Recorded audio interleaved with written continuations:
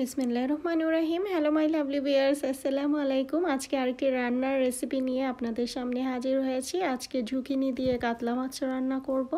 এটা শীতের মাঝে খেলে অনেক বেশি মজা লাগে। এই ঝুঁকিনি, আলু, টমেটো দিয়ে কাতলা মাছের ঝোল অনেক উপকারী স্বাস্থ্যের জন্য। আর এটা একটা স্বাস্থ্যকর রান্না, মানে স্বাস্থ্যকর কি বলবো, যে আমাদের নানি দাদিরা যেভাবে রান্না করতো আমি সেভাবেই আজকে রান্না করতে, খুবই সিম্পলভাবে রান্না করতেছি। আর মাছের ঝোল অনেকে খেতেই পছন্দ করে, গরম ভাতের সাথে একদম জমে যাবে। আজকে আমার হাজব্যান্ডের একটা পছন্দের রান্নাই আমি আপনাদের সাথে শেয়ার করতেছি। সেও মানে খুবই পছন্দ করে এরকম একটা পাতলা ঝোল করলে গরম ভাতের সাথে, তার খুব মানে মজা লাগে খেতে।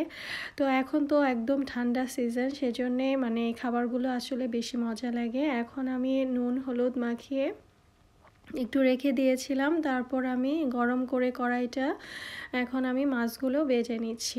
মাছটা অনেক বেশি বড় ছিল, কাতলা মাছটা, আর খেতেও অনেক বেশি টেস্টি লেগেছে।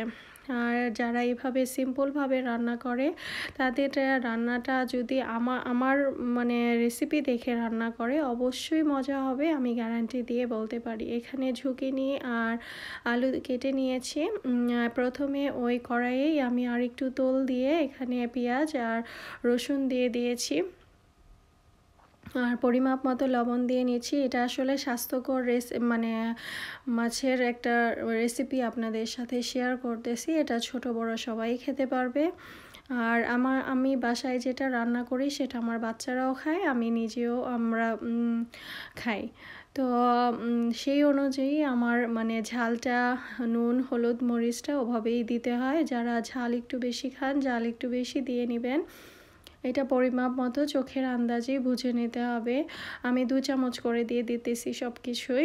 আর আমার মরিচের গুঁড়োটা একটু বেশি ঝাল, সেই জন্য একটু কম দিচ্ছি, নাহলে বাচ্চারা খেতে পারবে না। হলুদ মরিচ ধনিয়া জিরা সব কিছু দিয়ে এখন আমি মশলাটা ভালো করে কষিয়ে নিব। অনেকে অনেকভাবে রান্না করে, আমি এভাবে রান্না করতে পছন্দ করি। সবার রেসিপি দেখতে আমার অনেক বেশি ভালো লাগে।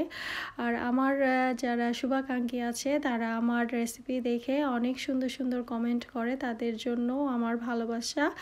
আর যারা আমার রান্নাটা পছন্দ করবেন না তারা স্কিপ করে যেতে পারেন, নো প্রবলেম।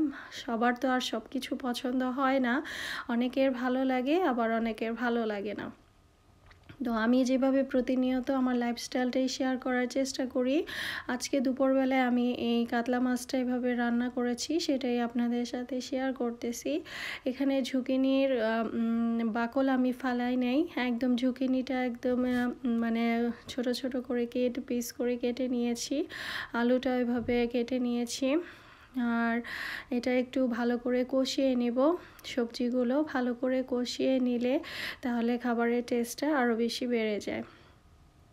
আমাদের গ্রামে যারা মাটির চুলায় রান্না করে তাদেরকে আমি দেখেছি নানুদের বাসায়, যে এক চুলায় গরম পানি রাখতো, আরেক চুলায় এরকম কষিয়ে তারপরে রান্না করতো। গরম পানি দিলে তরকারি নাকি স্বাদ আরও বেড়ে যায়। সেটা আমার মুরব্বিদের কথা, তবে আমিও তাদের কথাটা শুনেই রান্নাটা আজকে করতেছি। তো আমার আসলে কিছু কিছু রান্না আমি আমার শাশুড়ির কাছ থেকেই বেশি শিখেছি, আমার আম্মুর কাছ থেকে বেশি রান্না আমি শিখিনি, সত্য কথা যেটা। আমার যখন বিয়ে হয়েছে তারপরেই আমি রান্নাটা মূলত শিখেছি। এখন কথা বলতে বলতে এখানে মানে তরকারিতে ঝুলও দিয়ে দিয়েছি, এখন মাছগুলো আমি দিয়ে দিচ্ছি। আসলে অনেক পুরনো কথা, স্মৃতি, অনেক কিছুই মনে পড়ে যায়, তো আপনাদের সাথে শেয়ার করতে আমার ভালো লাগে, এই আর কি। এক লড়া তরকারি রান্না করতেছি, সবাই বাচ্চারাও খাবে, আমিও খাবো। একদিনে তো আর খাওয়া যাবে না, তবে তরকারিটা মানে লুকটাই দেখতে কেমন সুন্দর হয়েছে দেখতে পাচ্ছেন। এখন আমি টমেটো দিয়ে নিচ্ছি, আর উপরে একটু ধনেপাতা দিয়ে নিব, তাহলেই তো রান্নাটা পুরো হয়ে যাবে। সিম্পল বাট খেতে অনেক মজা আর স্বাস্থ্যকর। আপনারা বাড়িতে ট্রাই করে দেখতে পারেন, আশা করি আপনাদের কাছে অনেক ভালো লাগবে।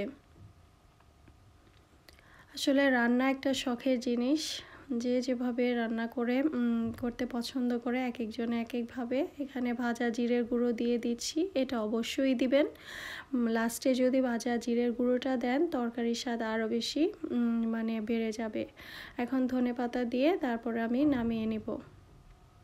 এই তো আজকের রেসিপি আপনাদের সাথে একদম মানে সিম্পলভাবে শেয়ার করে ফেললাম। এখন গরম ভাত দিয়ে পরিবেশন করে ফেলব। তো আজকে এই পর্যন্তই রাখবো। ভালো থাকবেন সবাই। একদম ধোঁয়া উঠতেছে দেখতে পাচ্ছেন।